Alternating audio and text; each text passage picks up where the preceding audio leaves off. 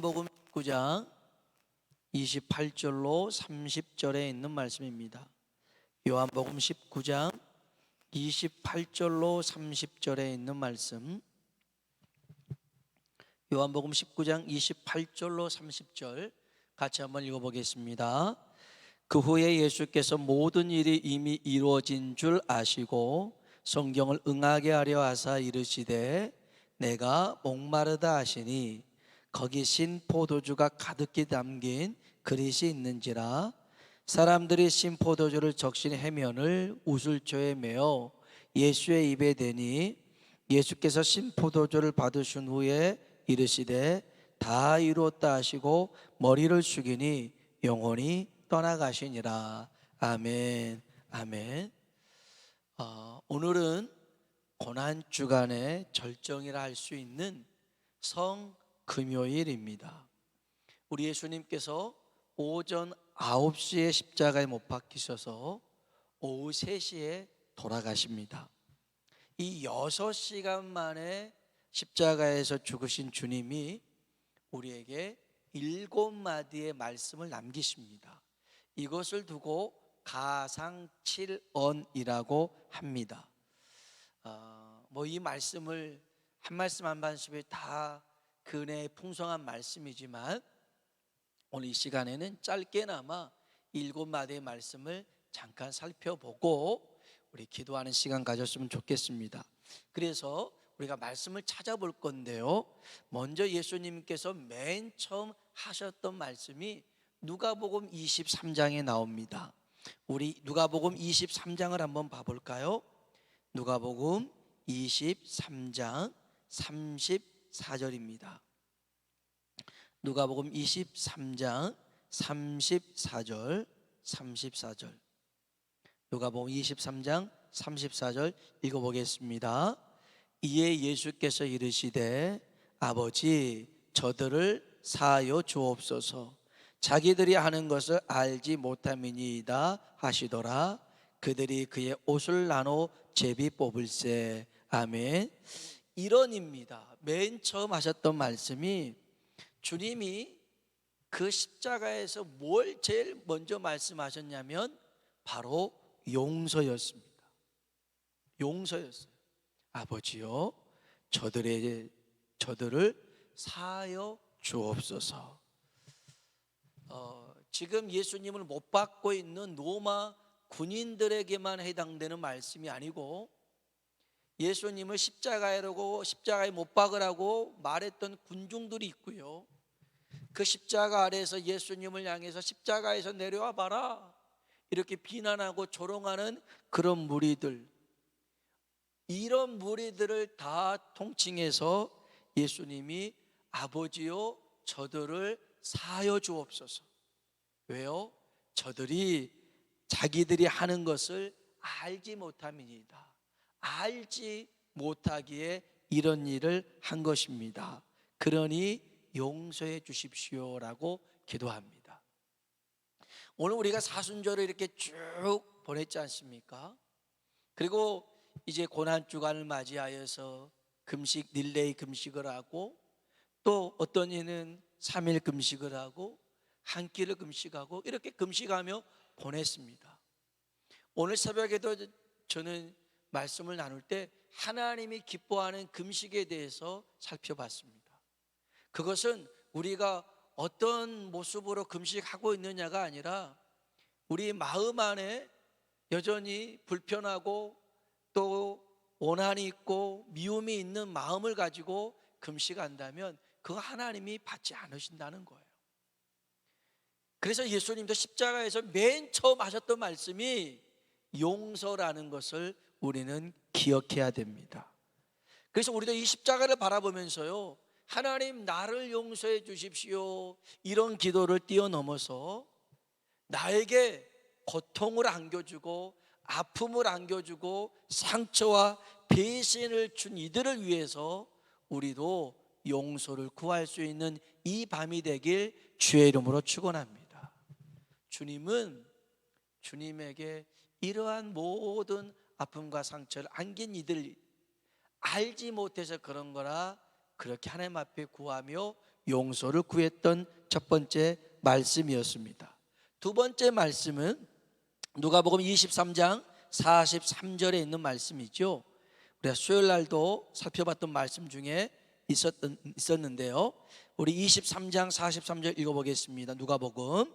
예수께서 이르시되 내가 진실로 내게 이르노니 오늘 내가 나와 함께 낙원에 있으리라 하시니라. 아멘. 십자가 통상적으로 우편 강도에게 하셨던 말씀입니다. 주님도 어찌 보면 죄인처럼 십자가에 매달려 계셨잖아요. 그런데 이 주님은 죄인이 아니라 구세주이시요 천국의 주인이시요 영원한 하나님이신 줄로 믿습니다. 그래서 이 우편에 있는 강도는 그저 우리와 똑같은 죄인으로 보지 않고 당신의 나라에 임하실 때에 나를 기억해 달라고 그렇게 요청을 합니다. 여러분, 예수님의 십자가는요, 우리에게 구원을 주는 십자가인 줄로 믿습니다. 구원의 기회를 놓치지 않도록 우리 기도합시다. 기도해야 돼요. 또 우리 주변에 있는 가족들을 위해서도 마지막 순간에라도 이렇게 십자가 우편 강도가 얼마나 험악한 삶을 살았기 때문에 이렇게 사형 선고를 받지 않았을까요?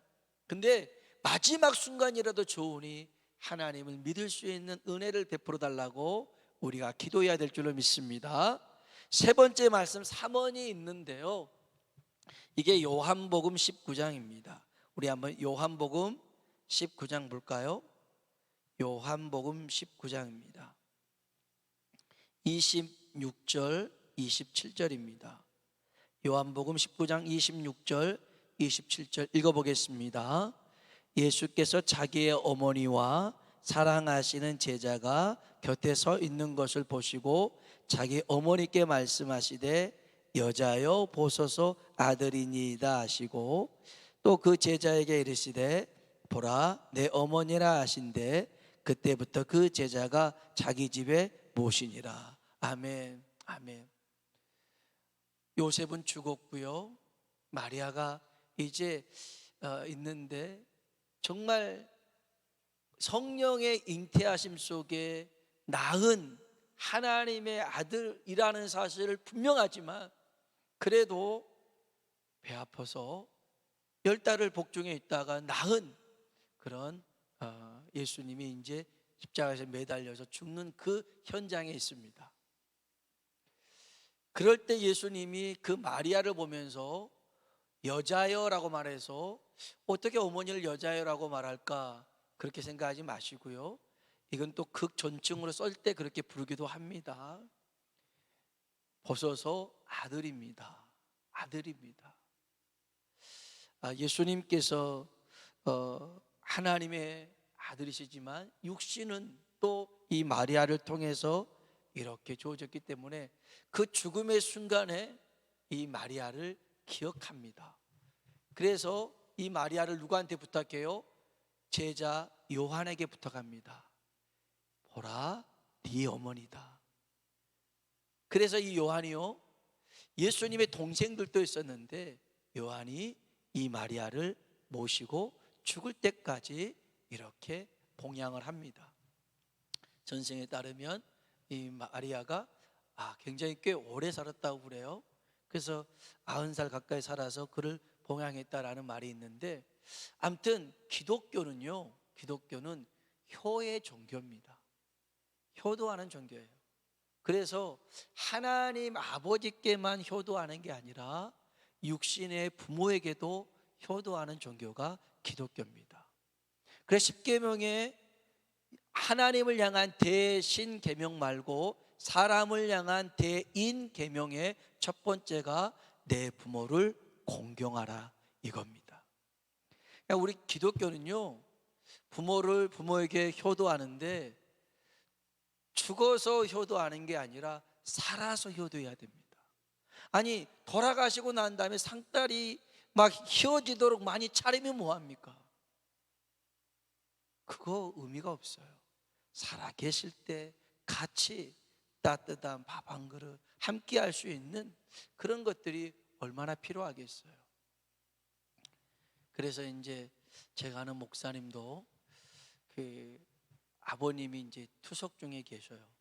지방에 있는 대학병원에 있는데 굉장히 그 여러 가지 또 이런 복합적인 그런 질병으로 인해서 힘들어 하시는데, 정말 이 코로나 때문에 면회도 중환자실에 계셔서 면회도 안 되는데, 정말 이 아들의 그런 간절한 바람이 차라리 아버님 나와서 마지막이라도 같이 한번 식사도 하면서 또 바람이 같이 목욕 한번 해드리고 싶은 마음이 간절한가 봐요.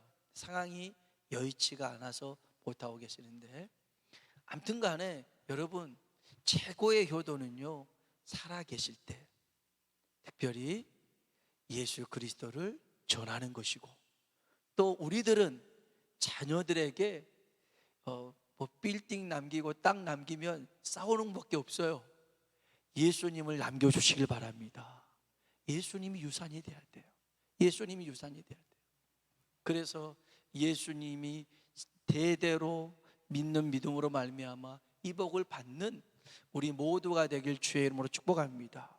예수님은 마리아를, 그 모친 마리아를 그냥 두고 가지 않았어요. 사실 이 마리아가 마음고생이 많았어요. 사람들이 막 그래요. 야, 네 아들 미쳤다, 귀신 들렸다, 별짓 다 한다, 지가 하나님이란다, 이런 말들 얼마나 힘들었는지 몰라요. 한 번은 찾아갔는데 또 따뜻하게 맞아주는 것도 아니었어요. 누가 내 모친이냐, 누가 내 누이냐, 여기서 하나님 말씀을 듣는 이가 내 모친이다, 이런 말들. 그러면서 그 십자가에 못 박혀 있는 이 아들의 모습을 보면서 그 마음 헤아릴 수 없을 것인데, 예수님이 아들입니다, 요한에게 내 어머니다, 그러면서 이 마리아를 맡기시는 말씀이 바로 세 번째 하셨던 말씀이고요. 그 다음에 네 번째 하셨던 말씀이 정말 기가 막힙니다. 우리 한번 마가복음 15장을 볼까요? 마가복음 15장 4원입니다. 네 번째 하셨던 말씀인데요, 마가복음 15장 33절 34절입니다 33절 34절 읽어보겠습니다. 제6시가 되매 온 땅에 어둠이 임하여 제9시까지 계속 가더니 제9시에 예수께서 크게 소리 지르시되 하시니, 이를 번역하면 나의 하나님, 나의 하나님, 어찌하여 나를 버리셨나이까 하는 뜻이라. 아멘. 이 신약 시대에는 제6시면 6시간을 더하면 되는 거예요. 그러니까 12시예요. 낮 12시부터 오후 3시까지 갑자기 날이 깜깜해졌어요. 어둠이 임했어요. 해가 빛을 잃어버린 거예요. 그 어둠캄캄한 때 예수님이 소리를 지릅니다. 나의 하나님, 나의 하나님, 어찌하여 나를 버리십니까? 그럽니다. 예수님이 절규하십니다. 한 번도 하나님과 교제가, 교통이, 임재가 끊어져 본 적이 없는 분입니다. 그런데 이 순간만큼은 하나님의 임재를 느낄 수가 없었어요. 이렇게 하나님 왜 나를 버리십니까 해도 하나님이 외면하신 거예요. 한 번도 그런 적이 없는데 등을 돌려버리신 거예요. 그러면서 이 3시간 동안 하나님이 침묵을 하십니다. 침묵을 하셔요. 남의 나라 얘기입니다. 저 미얀마라는 나라에서 지금 군부 정권이 쿠데타를 일으켜서 지금 매일 한 100여 명씩 죽습니다. 민주화를 위해서 시위를 합니다. 그래서 제가 그런 사진을 봤어요. 어떤 아들이, 어떤 딸이 그 시위하러 간다고 그 아빠에게, 엄마에게 마지막 인사를 하는 거예요. 그 사진이었어요. 근데 얼마 있다가 이렇게 떠난 아들이 몇 시간 뒤에 싸늘한 죽음으로 온 거예요. 하루 뒤에 죽음으로 와서 이제 그 손을 잡고 찍었던 그 사진이 이제 영정사진이 되고 이렇게 해서 그거 붙들고 나가고 있더라고요. 생각을 해봤어요. 아니 지금 이 사람들이 자기들한테 돈을 달라, 야 땅을 달라 이런 것도 아니잖아요. 우리에게 자유를 주라, 우리 땅에 민주주의가 있었으면 좋겠다. 뭐 말 같지도 않는 것 같지만 우리도 예전에 그런 시기가 있었잖아요. 그런 시기를 지나서 다 여기 왔어요. 제가 바꿔서 생각해 봤어요. 우리 아이들이 아빠 저 지금 가서 시위할게요, 집회할게요, 갔다 올게요, 그러면서 저한테 마지막 기도를 해주세요. 그러면 내가 어떻게 감당할 수 있을까라는 생각을 해봤어요. 이 애들로 갔다 와, 가면 총 맞아 죽을 수 있는 그 상황인데 갔다 와 할 수 있겠어요?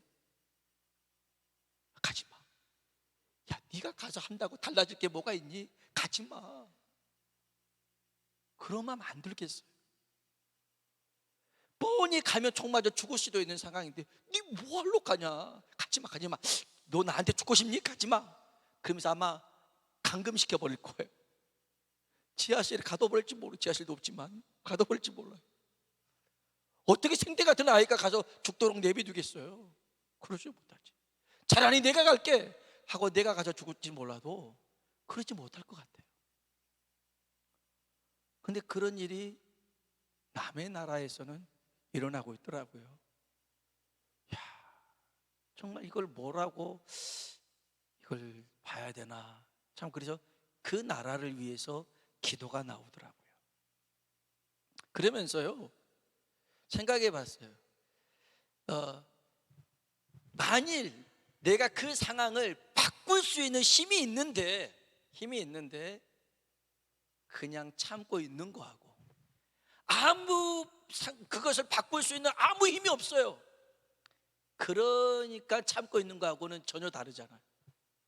오늘 여기 네 번째 말씀이 나의 하나님 어찌하여 날 버리십니까? 이 절규에 하나님이 전지전능하신 하나님이잖아요. 모든 걸 다 말씀으로 창조하시고 새롭게 하실 수 있는 분이잖아요. 그런 능력을 갖고 있는 분이잖아요. 그러면서도 하나님이 침묵하고 계시고 참고 계신다는 것은 한 가지뿐이에요. 우리를 사랑하시기 때문에, 그래야만 우리가 구원받을 수 있기 때문에 하나님이 침묵하신 줄로 믿습니다. 하나님의 능력이 없어서가 아니에요. 하나님이 우리를 사랑하시기 때문에 침묵하고 계신 줄로 믿습니다. 그래서 여러분, 우리를 죽기까지 독생자 예수 그리스도를 땅에 보내어 죽기까지 내버려 주신 하나님이 우리에게 모든 것을 은사로 선물로 주지 않겠느냐 말씀하십니다. 우리 하나님의 아들도 아끼지 않았는데 우리에게 뭘 아끼시겠냐는 거예요.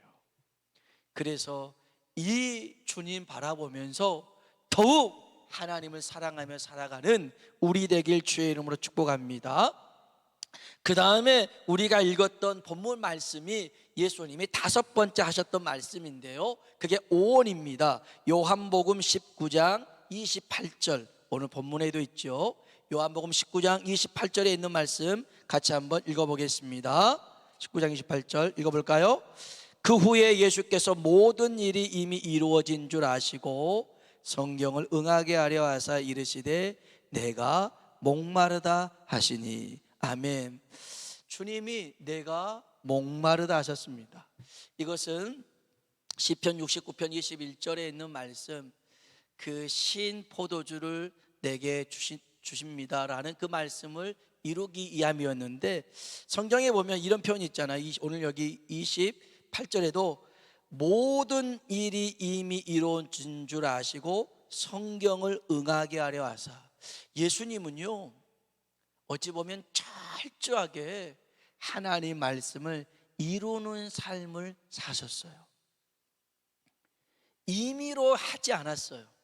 철저하게 성령님의 인도하심을 따라 하나님 말씀을 하나하나 이루고 성취하신 줄로 믿습니다. 그래서 십자가에 죽으셨을 때도 다른 말씀하지 않으셨어요. 사실 엘리 엘리 나마 사박다니 나의 하나님 나의 하나님 어찌하여 나를 버리십니까? 이 말씀도 다윗이 했던 그 고백을 가지고 와서 인용해서 말씀하신 부분이고, 다 하나님의 말씀을 이루는 삶을 사셨어요.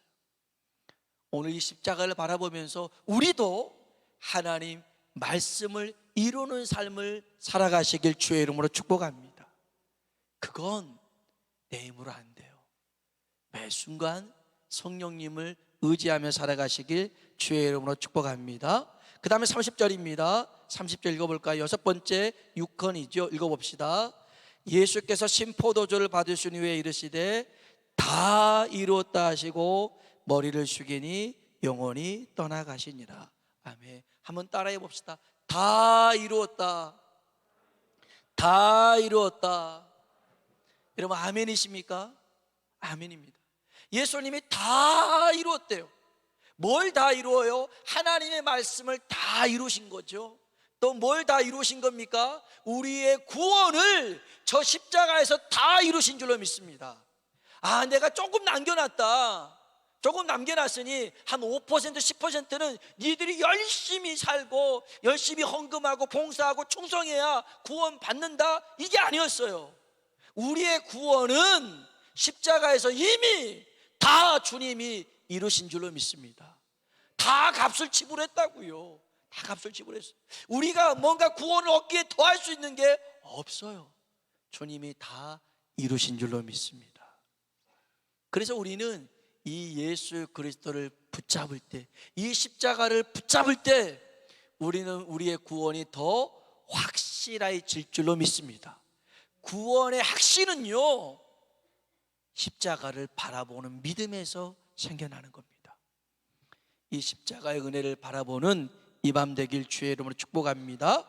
그리고 마지막 7원입니다. 일곱 번째 말씀이 누가복음 23장에 나옵니다. 우리 마지막으로 누가복음 23장 46절입니다. 누가복음 23장 46절에 있는 말씀, 누가복음 23장 46절에 있는 말씀 읽어보겠습니다.